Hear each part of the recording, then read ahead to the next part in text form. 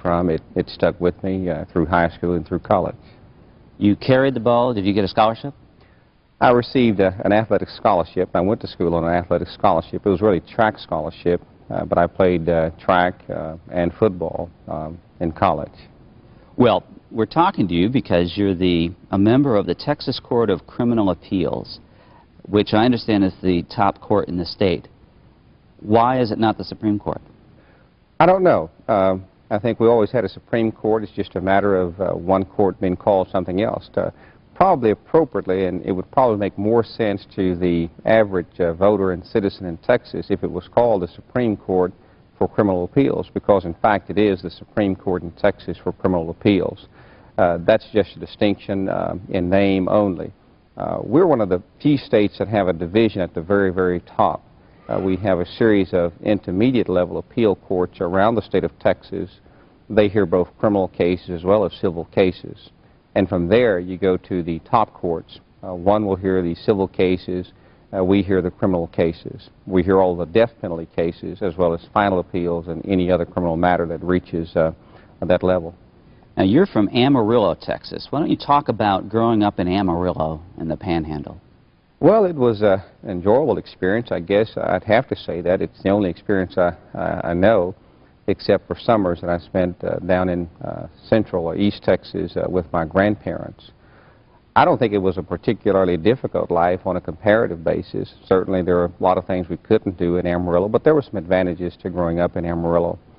I thought then, and I still think, that it's a wonderful town to grow up in terms of the size. The climate is conducive. We have 4 distinct seasons.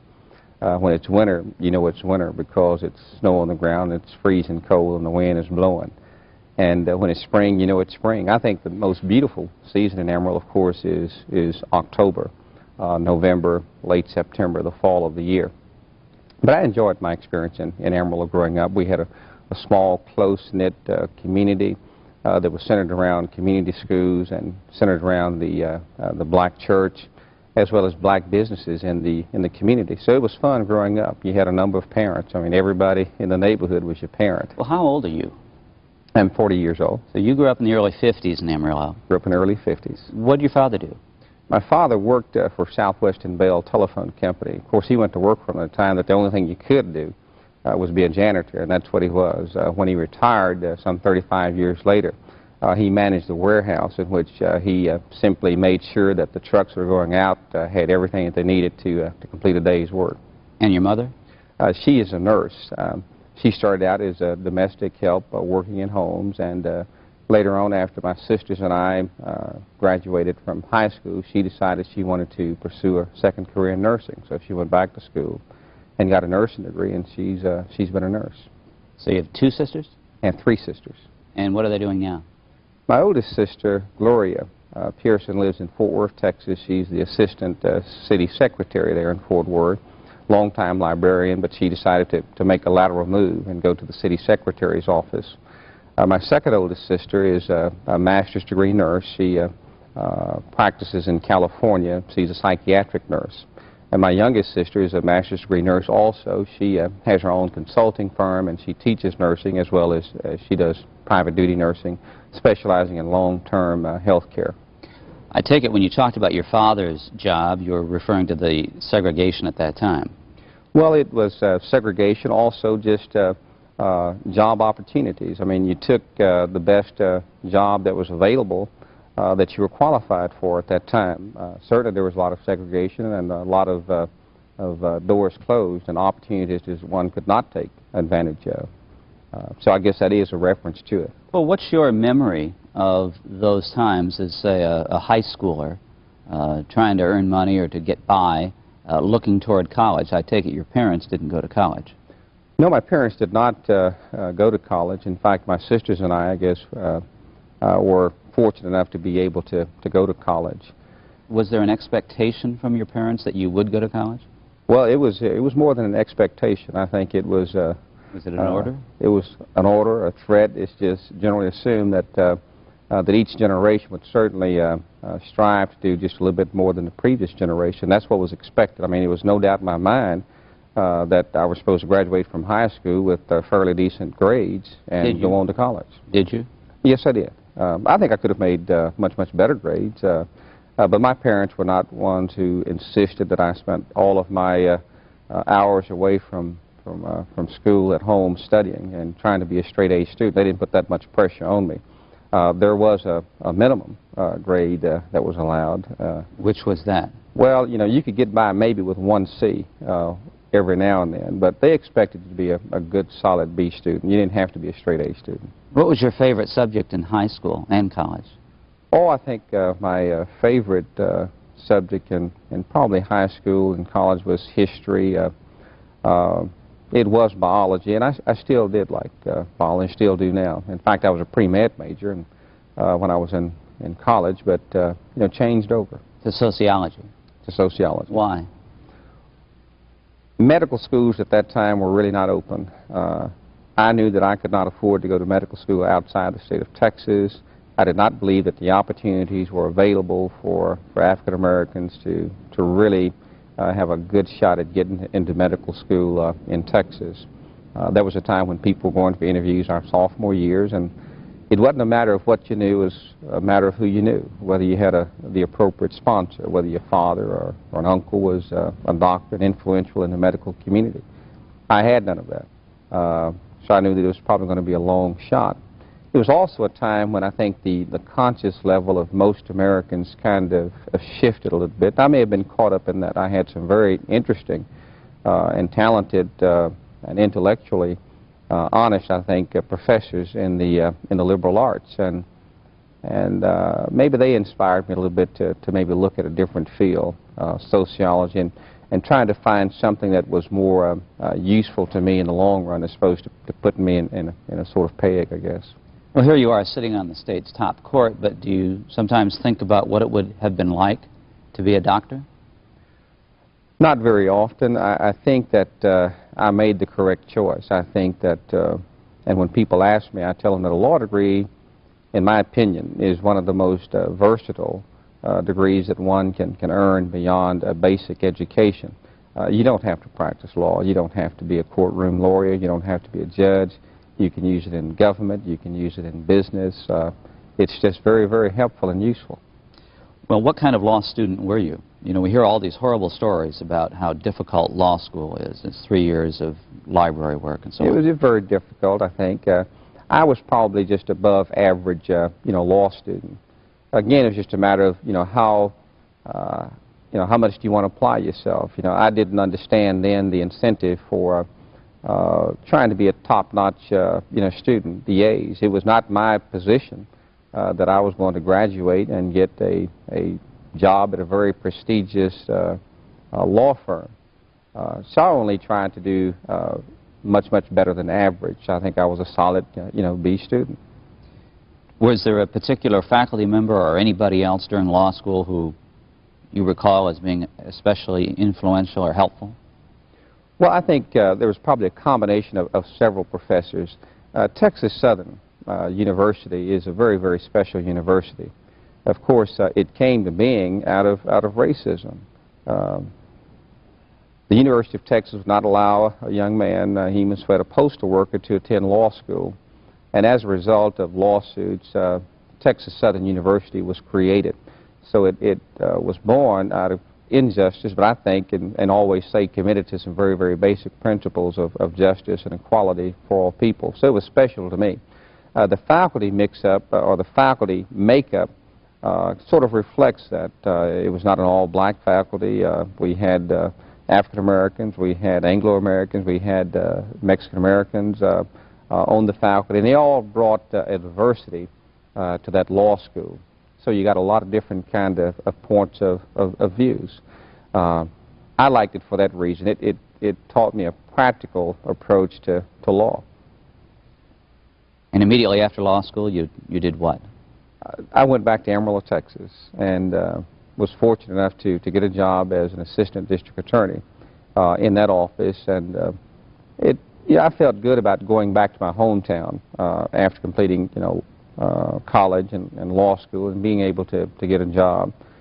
And I stayed there 5 years prosecuting and moved up the ranks from an intern under the third-year practice rule, where you can practice without a license if you're a third-year law student and you have someone sponsoring you, all the way to first assistant district attorney, where I had the responsibilities of supervising the office staff and making all decisions in the absence of the district attorney. Well, talk about your decision to go into the prosecuting side, because I read one article where you got some criticism because a lot of the minority black attorneys would rather be on the defense side than on the prosecution side. Well, I think it was a benefit to me, and I think a benefit to most people. And I think it was just a situation in which I looked at how can I most benefit myself and others. It's very, very difficult to really have some effect on the system and really learn from the defense bar. Again, going back to Texas Southern, most of the graduates did not get jobs in prestigious law firms. The practical approach to law taught at that school, everybody knew that when you graduated, you're going to have to get out and start making a living on your own. By going with the prosecutor's office, I didn't really have to worry about that aspect of law, trying to make a living. Therefore, I could really concentrate on my skills, my techniques, and my knowledge. Also, when it came to the area of maybe a lawyer having some effect, making sure that the right result was reached, it was far easier to do it as a prosecutor than as a defense lawyer. With the stroke of a pen, I could ensure that justice was done. As a defense lawyer, it might take me 3 or 4 days in a trial courtroom, and I still may not be successful. It might take years. So as a practical matter, to me it made more sense to be on the prosecution side. There you also had close contact with the law enforcement community, and you could certainly have some influence and effect and kind of sensitize the law enforcement community to some of the issues confronting black communities during that period of time. Judge Demerson says of you, quote, "They say he's too rigid. He is unyielding and unbending when it comes to the law." Do you agree with that? Well, those words do sound rather harsh. If I had to agree or disagree, I would probably chalk myself up in the agree column. What's behind that? Well, I just think that rules ought to be written so that everybody can read them and understand them. If the rules are enforced right across the board without exception as to who you may be or what your position in life may be, then it seems like to me that's going to be the fairer approach to it. That's how I look at it. I'm sure it's a combination of my experiences. I've had occasions to witness situations where it didn't matter what the law was. It really mattered about who the lawyer was. For example? And that's not fair. Can you tell a story about that instance? Well, I don't know. I'm not one who likes to call names, but as a prosecutor, you watch lawyers come into court, and those who are friends of judges, their clients seem to get a little bit better deal. The facts of the cases may be similar to the facts of a case in which the lawyer doesn't necessarily get along with the judge, but his client doesn't get the sweetheart deal. And my position was, I don't care how they treat it. I just wanted everybody to treat it the same. You can treat them all bad, you can treat them all good, but treat them all the same, and it shouldn't be who the lawyer is. As a prosecutor in a career of several years, do you have a particular dramatic case or key case or a case about which you're most proud? Well, there were a lot of them. We had one case called the Dalton Gang. The chief defendant was named, last name was Dalton. I guess 2 women, 2 men set up the murder of the husband of the wife. And she used some very complicated, I guess, maneuvers to convince these 2 men that maybe their lives were in danger and to kill the husband. Very, very complicated. We're lucky to be able to get it. They threw the firearm, a new shotgun that was purchased just a few days before, in a lake in a cemetery. Well, in Amarillo, that time of the year, the lake was sort of frozen over, so the gun didn't sink. And a passerby from a panhandle town saw it and just kind of used a rope to pull the gun in, and then reading the newspapers a few days later saw that a murder had been committed, and thought maybe this had been the shotgun. Of course, we were able to track it through a firearms store there in Amarillo, and then their stories began to unravel. That was one in which we had to try each defendant separately, and the results were really amazing because, you know, the juries were so different. We had the same judge and the same prosecutor, different defense lawyers and different juries, but it took us probably a month or so to try all the 4 cases, and the results were just remarkable. The punishments ranged from 40 years in prison to 3 years probation. When was this? Probably about 1977. Early or late in your career? It was, about on the second half. It was in the second half of my career as a prosecutor. Can you read a jury? I don't know if anyone can really read a jury. I think that people who have a lot of common sense and have a good feel for people probably get a good indication of what people are like. I think you can ask a series of questions and get a pretty good idea. And it's not so much reading the jury. A lot of it depends on the other people in the courtroom, the kind of case involved, the defendant himself or herself. You know, defendants that people can empathize with probably stand a much better chance in court in a jury-type setting. To give an example, I tried a lot of cases involving driving while intoxicated. That's an offense that some people used to have problems really saying that that's a bad kind of crime. When you have a person who does not look like an alcoholic, who looks like a person who works 8 to 5, who has a fairly decent job and a family, who simply stopped by after work to visit with some of the co-workers, maybe had a little bit too much to drink and got stopped on the way home. When that person's on trial, then you have people in the jury box who say, you know, that could be me.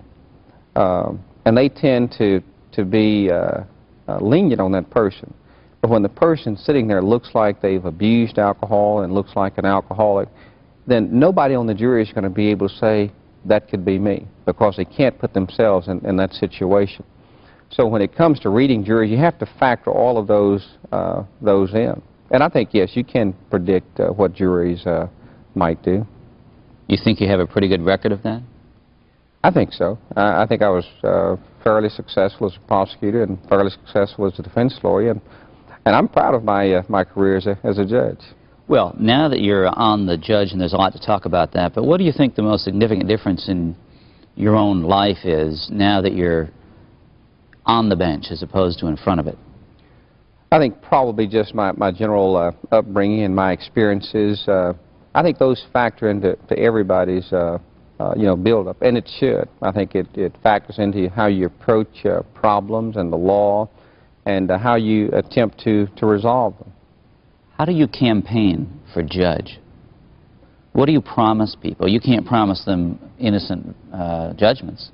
Well, I think what you have to promise them is that based upon your experiences, you think and you believe and you'll insist that the law be applied you know, fairly.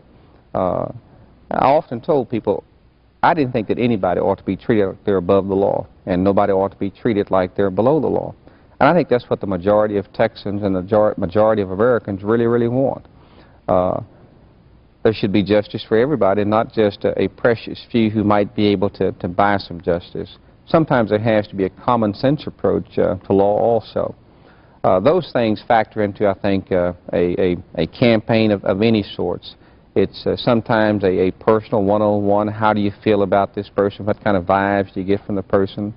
Do they really seem sincere about what they're saying? You know, how committed do they appear to you to be when they talk about the issues that concern themselves and that concerns the general public? Is there such a thing as a Republican judge and a Democratic judge? Well, some people asked me that, and I said, I don't know if there's really any difference. I mean, you have Republican sheriffs and Democratic sheriffs, but I don't think the concrete or the steel is any different in their jails. Sometimes, because of the political persuasion, I think the philosophies of the individuals, whether it's a judge or a clerk or a sheriff, may be a little different.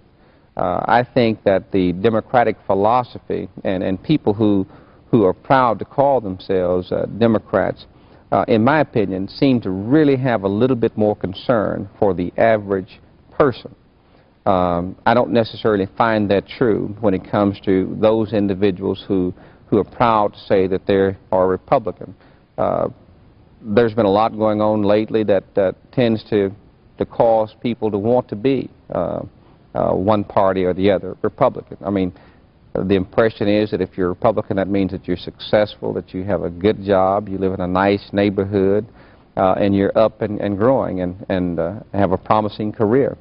That's not necessarily true, and it's not necessarily true that if you're proud to be a Democrat that the reverse is true. What are the things going on that you think are leading people toward the Republican side? I think people always want to believe that they're in that special 5% of us who are going to succeed at a very, very astonishing rate. I mean, everybody wants to believe that. Nobody wants to believe that they're not going to be successful. Nobody wants to believe that you're just going to be average. And I think the Republican Party on a whole has been able to sell that if you belong there, that means that you're special and you're above average and you're on the road to success. I think that's what's been selling. Well, you're a Democrat. Yes. Are you a yellow dog Democrat? Yes, I am. What does yellow dog Democrat mean? Well, the tradition is that you'd vote for a yellow dog if he was a Democrat. And you would? Probably would. Why? Well, I just believe that the people who believe in that philosophy, and only just, I probably wouldn't vote for the yellow dog, but I'd probably just not vote in that particular race. But there's something to party loyalty, and there's something to loyalty in everything that you do. And my basic belief is if you can't be loyal, and I mean staunchly loyal to what you say you are and what you believe in, then you do yourself no good and you do anybody else no good. I want to talk a lot more about politics, but I also want you to tell the story of Michelle Phillips driving through Amarillo. Okay. When was that and what happened? Well, that was a case that came about midway, I think, through my judicial career on the trial bench. In fact, I think it was 1987. It was a relatively simple case, in my opinion, but because of who was involved and the stakes that were involved, it was just a lot of tension. There was a lot of attention from the media. Just people in the public were interested in what was going on, and the lawyers had a lot to lose or to gain by their appearances in court. So we should establish that this is Michelle Phillips of the Mamas and the Papas driving through highway whatever. Interstate 40. In Amarillo, Texas. The old Route 66. Oh, really? What happened? Well, as I recall the facts, she and the person that was driving, I can't remember his name, were stopped for a traffic violation. Of course, the DPS officers check for appropriate identification, driver's license, maybe insurance, and asked them to get out. As one officer was talking, another one, I think, leaned into the driver's side door to visit with Miss Phillips and saw what he described was a marijuana seed on the floor mat of this car. In the footwell? Yes.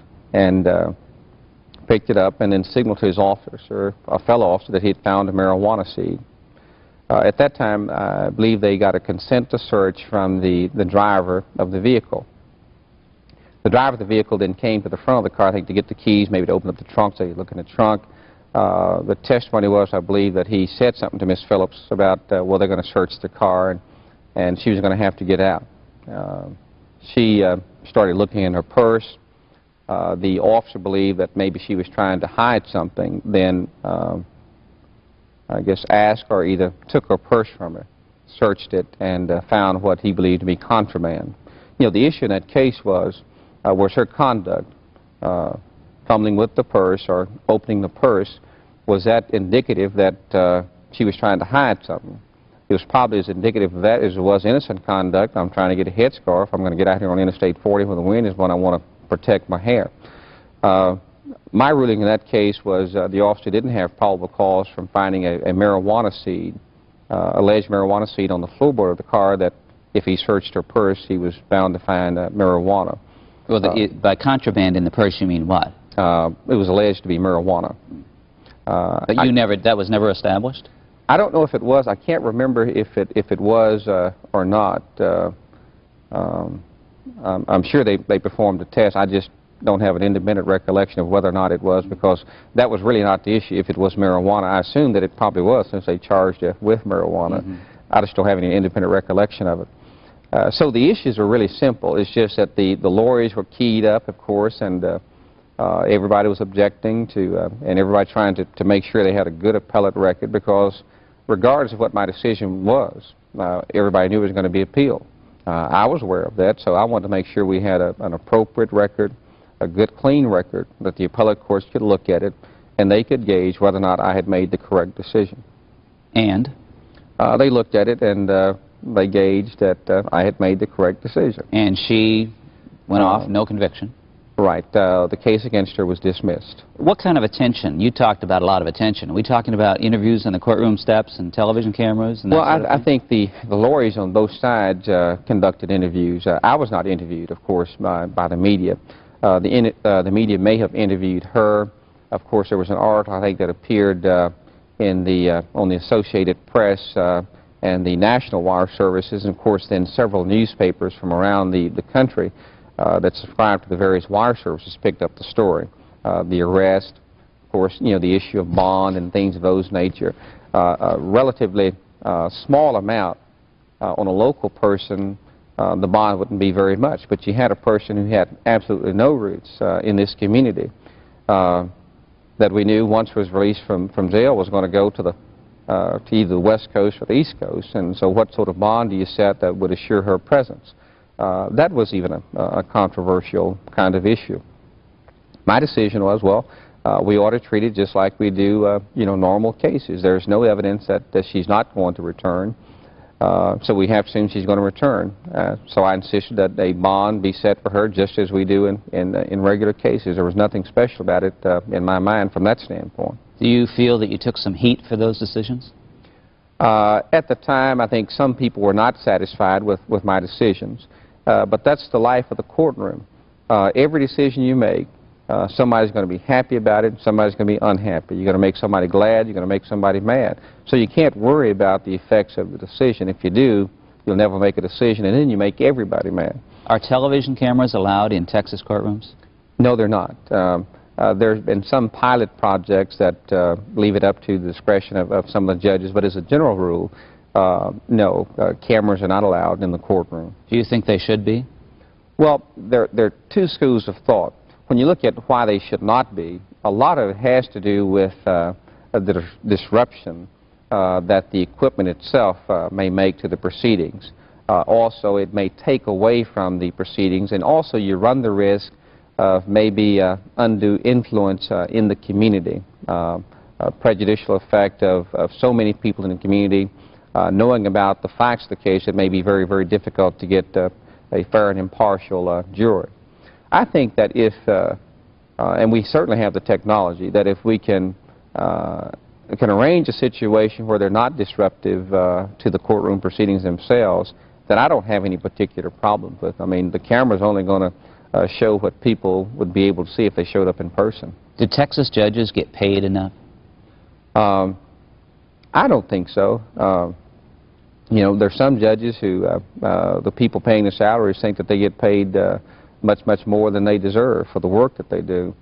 But for the education that the judges go through and the decision that they have to make, oftentimes the judges is the lowest paid lawyer in the courtroom. I mean, the lawyer on both sides certainly make more money than the judges. But it shouldn't be just we ought to make unlimited amounts of money. I think in order to retain good people in the judiciary who have the experience and the capabilities of making good, sound decisions, we have to pay them a salary that's going to allow them to remain on the bench and not just stay there for a while and then go on to bigger and better things. My last lawyer question. Do you like lawyer jokes? No, I'm one of those, I don't like jokes particularly. And growing up in the courthouse, there were a lot of folks who wanted to joke. And my position was I don't like sexist jokes, I don't like racial jokes, I don't like religious jokes, because one joke leads to another. And so I'd just rather have a lifestyle we just don't joke. Well, the reason I ask is because there is a debate within the legal community that these lawyer jokes are just getting out of hand.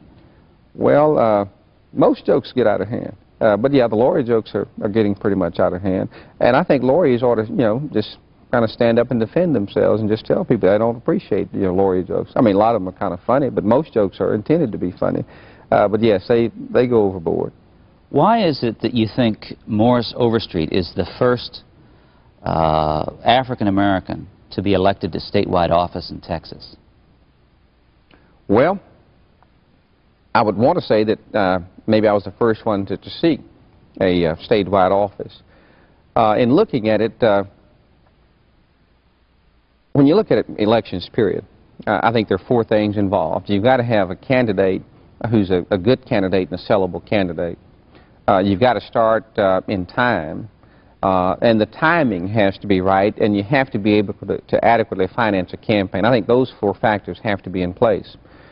In my case, I think I simply picked the right position to run for, a position that did not call for a tremendous amount of money, not a position where someone was going to get in who was extremely wealthy, who was going to try to buy the election. So it's a matter of simply finding the right position to run for. In this case, it was fairly easy for me because the position fit with my qualifications and my experience. So that was lucky. I was just willing to get out there and do it. Well, I have this feeling that you had your sights set on this Texas Court of Criminal Appeals for many years. Well, I think it's a logical step in the criminal justice system. As a prosecutor, defense lawyer, and trial judge, at some point in time, I think, you know, most, you know, good lawyers ought to at least think about, you know, being a judge, whether it's a serious thought or just a passing thought. And yes, it crossed my mind a long, long time ago, the possibility of serving on the highest criminal court in Texas. So yes, I'm not one that would make a decision overnight to do something. It's usually pretty well thought out and mapped out, and you come up with some alternate plans. But this is not your first attempt at elected office. No, and hopefully it won't be my last attempt. Well, what were your first efforts? Well, when I was first assistant district attorney, the district attorney was not going to seek re-election, so logically, a logical step was to run for district attorney. I was not successful in that first venture, but I think I gained some very, very valuable experience. By how much did you lose? As I recall it, it was maybe like, 45, 55, somewhere in that neighborhood. It's a pretty good whooping, but it wasn't anything that you just need to be embarrassed about. Yeah. And the second? The second one I lost by 47 votes. Yikes. What did you run for? District judge. How many votes cast? There were about 28,000 votes cast over a 3-county area. To what do you attribute your loss? 50 of my friends didn't go vote that day.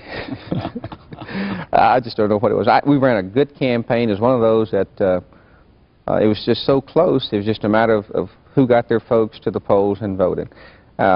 When I look back and analyze it, I don't know what we could have done differently. There may have been a few things.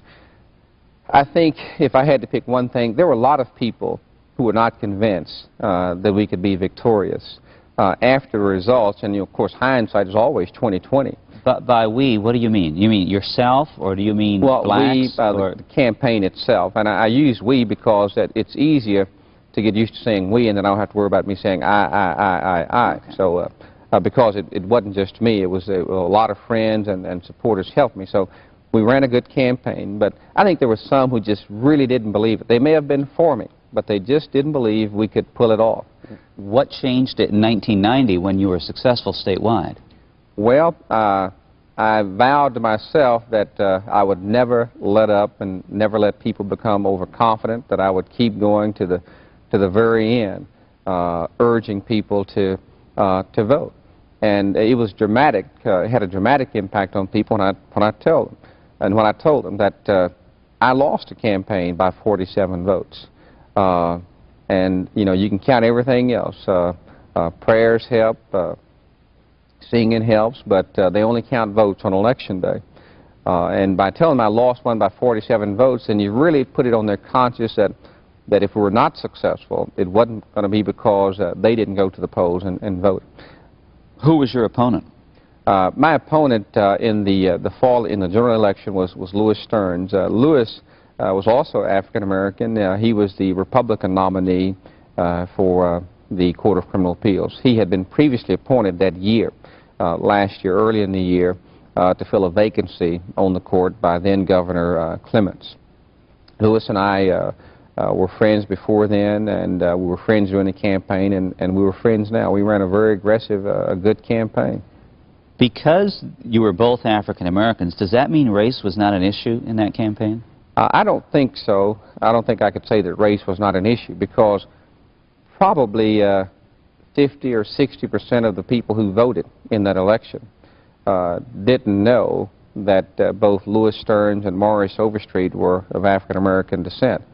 Some people just voted along party lines. So yes, there were some instances, some specific instances. Such as an individual, I can't recall his name, a good friend of mine told me the story. A very influential Democrat was asking his friend to vote for me, and he simply told his friend, who was a friend of mine, he said, well, I don't know if I can vote for him. He's black. And he said, well, the other guy's black too. So he said, well, okay, maybe I can vote for him. So it was a situation where, yes, some people vote according to the candidate's skin color. Others vote according to the candidate's gender. Hopefully the number of people voting along those lines are steady decreasing. Well, you tell me, was it the good fortune or the misfortune to run for statewide office in the middle of the Clayton Williams Ann Richards campaign? Well, it was a good fortune. I think that most people understand, particularly in Texas, where my experience is, that the best time to run for an office is during the gubernatorial election year and not the presidential year.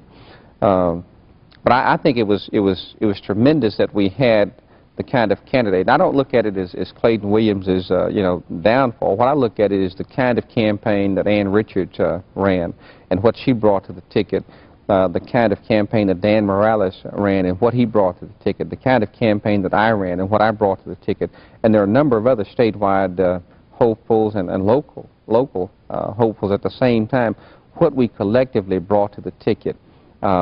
I was able to help Dan Morales and Ann Richards by turning out my natural constituency. Dan Morales running for what? Attorney General, the first Mexican-American Attorney General elected in the history of Texas, and only the second Mexican-American elected to a statewide office, with Justice Raul Gonzalez having been appointed first and then winning re-election to the Supreme Court of Texas.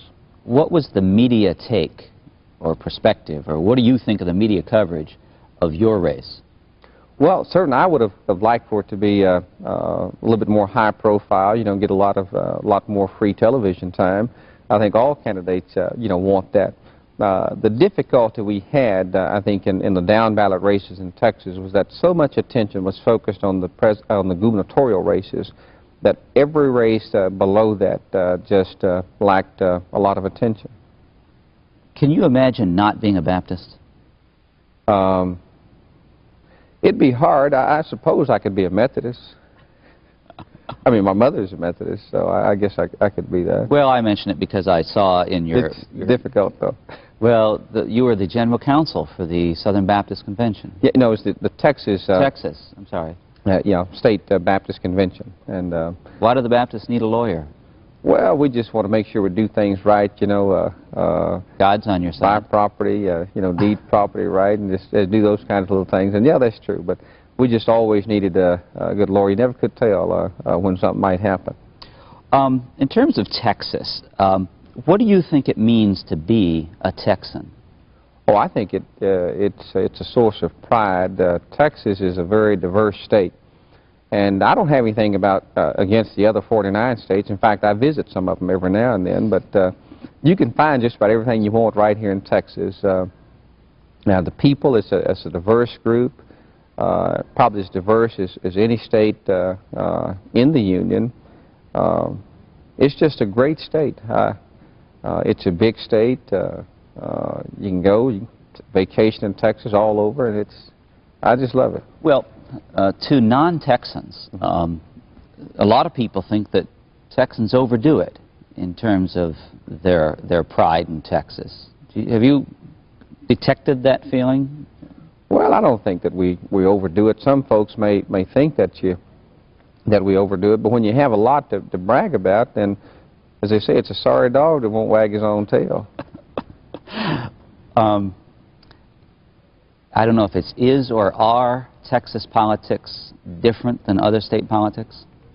Well, we take our politics very serious in Texas.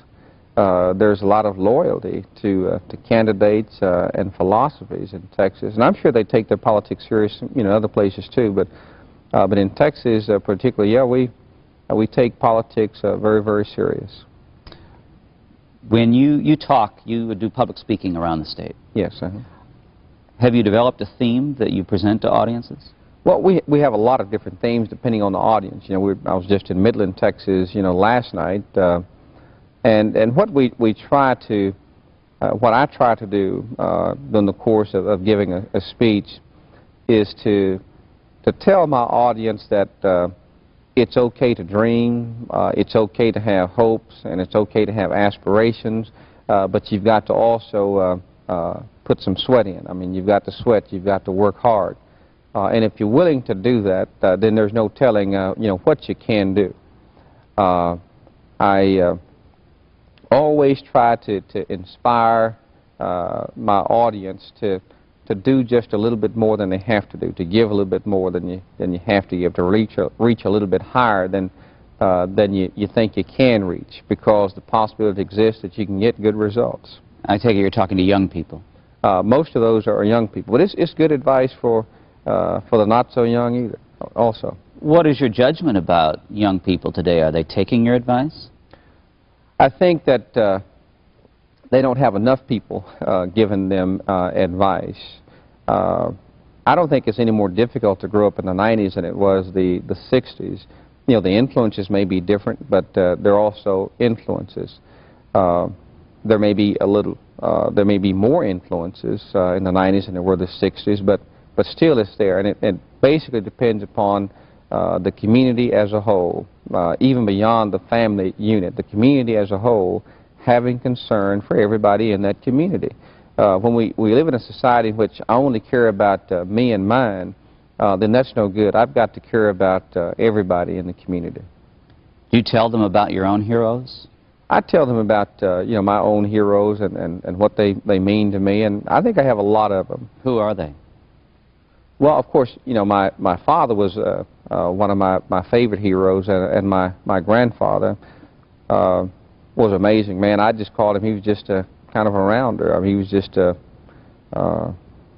we'd go in one, I guess, establishment, and he might buy some cattle, not having the money to pay for them, and we'd go out that back door and into the back door of another establishment and sell the cattle he just bought that he'd never taken delivery on. But I mean, back then, your word was your bond, and he'd buy and sell and never have the cattle or the money, and he'd pick up the money at the end of the week. Is your grandfather? Yes, my grandfather. He was just kind of a wheeler dealer. My father was one who really believed in hard work. He was kind of a plain-spoken man, very religious man, but he was amazing. He was very talented with his hands. He could build. He could do just about anything that he wanted to do. Anybody else on that list? Oh, yes. A very special person. Charles Walford is a mortician in Amarillo, a black businessman I had a lot of contact with in the church. Very influential in my life, because what he showed me was that you could excel, that you could work hard, you could build a business, you could have a good reputation in the community, and you could do things not only for your family, but you could do things for others in the community. And that you should never forget the community, never forget the church, and as long as you didn't do that, you're going to always be well thought of and fairly successful. Well, as you know, we're talking to a lot of Texans down here, so that our audience can get a sense of them and the state. I want to ask your perspective on a couple of famous Texans. Jim Wright, for example. Here we are in the hall of the House of Representatives. I see his picture hanging up on the wall over there. What's your impression of that man at this point? Well, I think most Texans miss him. I think he did a great job while I was in Washington. Of course, he did a tremendous job for his district. I think his district misses him, quite a bit. But he brought a lot of inspiration, I think, to Texans, and he was a source of a lot of pride in Texas to see that a person from humble means could grow to be Speaker, of the House and fall in the same sort of footsteps Sam Rabin that so many people thought, so highly of and still do. I like him. You've dealt with him? You know him? Yes, I know him, and I like him real well. I don't see him that often. I'm not one of his personal friends, but I think we were political allies. Jim Hightower. Jim is... what's he doing now? I think Jim is just maybe doing some writing and speaking and things of that nature. Very, very talented, public official who brought a different kind of perspective to the job that he held. That was Texas Commissioner of Agriculture. I think more people then began to understand how agriculture really affected the lives of just the average person, not just farmers and ranchers, but how that department in agriculture in Texas really affected the consumer. And I think he did a lot of things for the good of the consumer. A public figure with a sense of humor. Oh, yeah. He had a tremendous sense of humor. I think after he lost the election, he said, one day you're a peacock, next day you're a feather duster. Lyndon Johnson. That's one Texan I didn't know personally. I wished I had have known him personally, but I know that he's kind of a figure held in high esteem here, and I was glad that he was president. I think he did some very, very remarkable things in his administration, or at least started those things, the Civil Rights Bill and things of that nature. I think will always be with us, and he was the kind of person who had the political expertise and the clout and the knowledge on how to get them through. If he had not been president, do you think you'd be judged today? It's probably very difficult to imagine that. I know that Thurgood Marshall wouldn't be a judge if Lyndon Johnson had not been president, and that's pretty indicative of what came out of his presidency. So I think it's probably fair to assume that I may not have been a judge today if Lyndon Johnson had not been president. We're going to be talking to Liz Carpenter tomorrow. Is she a political force in this state? Was, is? I think was and is and probably will continue to be popular and what is well her contribution? I think all of us and all of these figures you named, I think they have their contributions individually in terms of style and what they bring, also respect and a commitment I think that they have for people. And all of the people that you have named, you can look at their careers and see that they've really been concerned not just with the world, but they've really been concerned with people and have tried to do something in their lives to really benefit the little person. I mentioned George Bush. He says he's a Texan. Do you believe he's a Texan? Well, you can adopt Texas, and he's adopted Texas, his home state, and I'm not going to question him on it. Lady Bird Johnson? Another remarkable lady. I wished I knew her. I'm sure a lot of folks wish they knew her a whole lot better than they do, but she is really well thought of. Anything that she lends her name to, you can be assured that she believes in it, and it's going to be a success. Part of the reason I mentioned Lyndon Johnson and his wife is because in, I guess, last year and a couple of years before, Robert Caro has published 2 books about the career of Lyndon Johnson, each of which go into the details of Texas political history. And as we go along, it gets more and more recent. Have you read those books, and and if not, have you heard about them, and what do you think about what is in those books in terms of the history of Texas politics? Yeah, I've heard about them and I've read them. A lot of it is true. Sometimes I wonder if it's good to reveal everything, in books. Sometimes I wonder whether we're trying to just inform, or whether we're trying to tear down, or whether we're trying to build. It's probably a pretty good, it's probably a fairly accurate writing of what Texas politics was about and probably is about and will probably continue to be about, not only in Texas but probably every place. What was the reaction to that book, or those books, within the Texas Democratic Party community? I think there were sort of mixed emotions. When you have something that's special to you, I think most people tend not to really appreciate things that can be perceived, you know, in the negative. We always want to hear good things. We very seldom want to hear about negatives or anything of that nature. So I think it was probably a mixed emotions. Most people probably believed it was fairly accurate. Maybe some didn't like all the contents. You married? No, I'm not. Have any kids? I have 3 children. I'm divorced. I have a son who's a 4th-year student at Texas A&M, a daughter who's a high school senior, and an elementary age school son.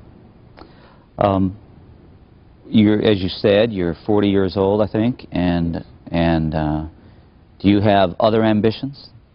Well, I think everybody ought to have other ambitions, but yes, I do. I have other ambitions. You care to speak to them? Well, I don't know if that's good. You know, the first thing I want to do, of course, is I really want to be one of the best judges, if not the best judge, who's ever served on the Texas Court of Criminal Appeals. And to do that, of course, I have to get reelected next year, so that's my primary concern in terms of that position. So it's a 2-year term? They're normally 6-year terms. They're 6-year terms. I was running for a seat in which there was an unexpired term because of the death of a previous judge. So when you win that election, you only win the remainder of the term. But that's what I think everybody in politics ought to aspire to probably do something better. You know, there may be a few more offices that I may have the qualifications to hold, and I'll probably seek them if the timing is right, you know, when they come up. But we're probably talking about, you know, later on in the 90s. I want to concentrate on being a good judge and really, you know, making a significant difference here. And I may love it so much that I may want to always serve as a public servant on the Court of Criminal Appeals. How many other judges are there on that bench? It's a 9-member court. We have a presiding judge and then 8 other judges. Any women on the bench? No, there are no women on the Texas Court of Criminal Appeals. In fact, there's never been a woman to serve on the Texas Court of Criminal Appeals. Recently, Governor Richards appointed an appeals judge from Corpus Christi, Pete Benavides, to the Court of Criminal Appeals, and he is the first Mexican-American to ever serve on that court. Louis Stearns, who was appointed before I was the first African-American to serve. So, with the exception of myself and Judge Benavides and Judge Stearns, we're the only non-white males to ever serve on that court. How does a sitting judge maintain a political organization? Well, you have to attend a lot of functions every time a group meets. If you've got time, you need to go by and just be friendly. Need to give as many speeches in many places as you can, and just sort of keep your pulse out there, you know, in the community. And I guess I ask it in the context that not all judges are elected, and there might be some ethical concerns about campaigning from the bench. Is that a problem in your situation? No, and I don't look at it as campaigning from the bench, because I look at that literally. Figuratively, I guess if you're on the bench and you campaign, that's okay. I mean, I don't make the rules, I just try to follow them, and it's an elected position. And of course, you know, it wouldn't make much sense if you didn't, you know, get out and campaign and try to stay in touch with folks. And I think that a reasonable person can do it within limits and not have any conflicts and not let it detract from your present job. But whenever you have an opportunity to mix and mingle, especially with people who are elected, and there are a lot of other associations, you know, sheriffs and JPs and constables, and those are the kinds of things, when they have their meetings, you go to them. What's a typical day in your life like these days? Well, I'm usually up between 5:30 and 6 every morning. I work out most every morning. A light breakfast, you know, getting to the office, spending probably 30-40 minutes on the telephone between, you know, 7 and 8 o'clock. Who answers the phone at 7 o'clock in the morning? Well, most of my friends here, they know it's usually, you know, me calling. I'm returning phone calls. You can only return them so late at night. But returning phone calls, you know, setting up something, finding out what's going on that day, double checking to see if with a few friends if there's anything special that you need to make, doing the course of the day, then getting to work and finding out what's on the schedule for there. Do you work here in Austin? I work here in Austin, yes. How many clerks, if any? I have a research attorney and a briefing attorney, and then we have an administrative assistant who's responsible for most of our office work. When's the court in session? On the bench on Thursdays, we hear oral arguments.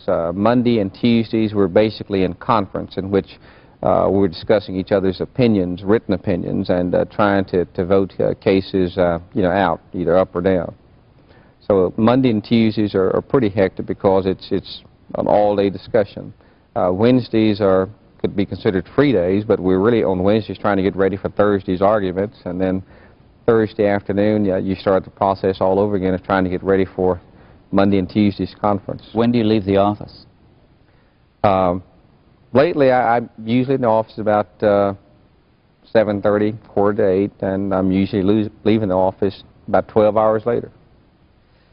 Do you find that there are people in the state, and maybe even outside of the state, that because of your accomplishment puts you in a position that you don't want to be?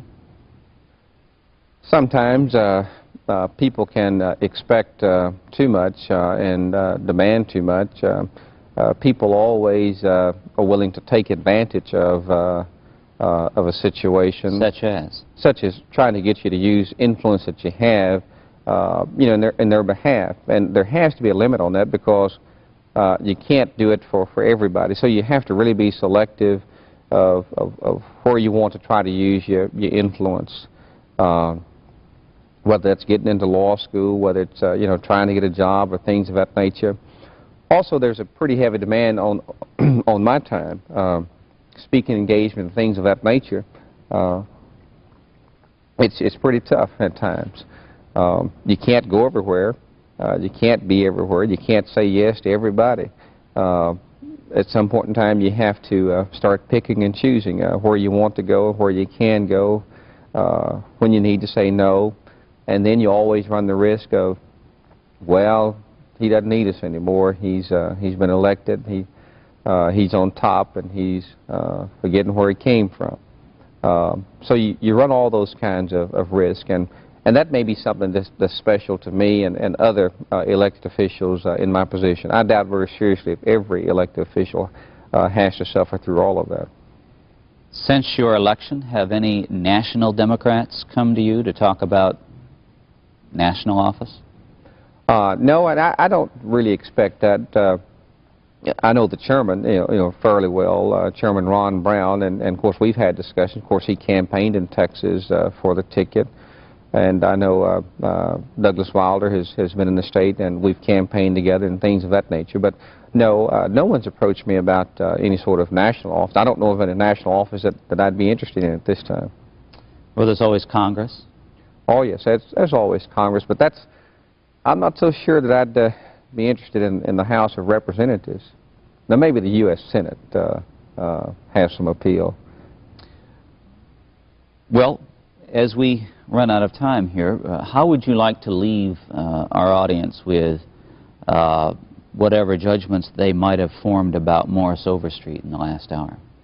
Well, I would hope that they would walk away saying that I believe that he is sincere in what he says, that his beliefs are strong, that he has a commitment to make sure that there is justice for all and not just a precious few. That if an important decision in any courtroom had to be made that affected my life, I'd feel confident enough about him and his background that I'd be willing to let him make the decision and be satisfied that he had made the correct decision. Judge Overstreet, thanks for your time. Well, thank you very much. I've certainly enjoyed it. Great.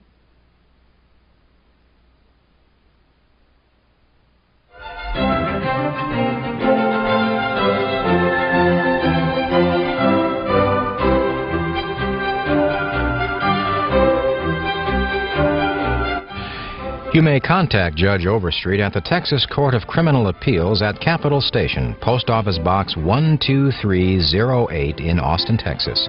The zip code is 78711. Coming up shortly, you will meet Elizabeth Watson, the police chief of Houston, Texas.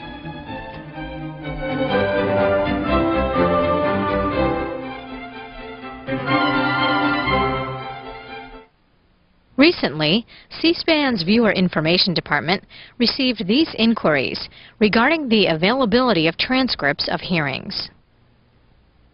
Could you please send me a transcript of the House Foreign Affairs Subcommittee hearing on Asian and Pacific Affairs from May 30th? Another viewer from California writes, on June 11th, you aired a hearing on health care held by the House Government Operations Committee. Would you be able to send me a transcript? CSpan does not print transcripts of hearings covered. However, the U.S. Government Printing Office makes copies available at cost. For additional information on printed material, call 202-275-3030.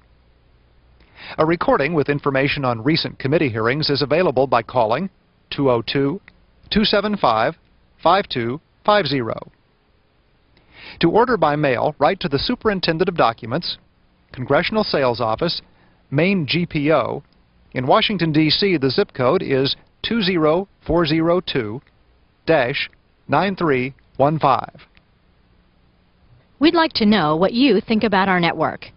Write to us at the CSpan Networks, 400 North Capitol Street, Suite 650, Washington, D.C., 20001.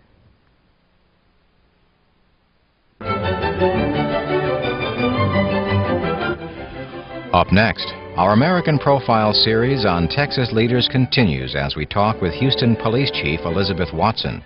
She is the first woman to serve as Chief of Police of one of the nation's 20 largest cities.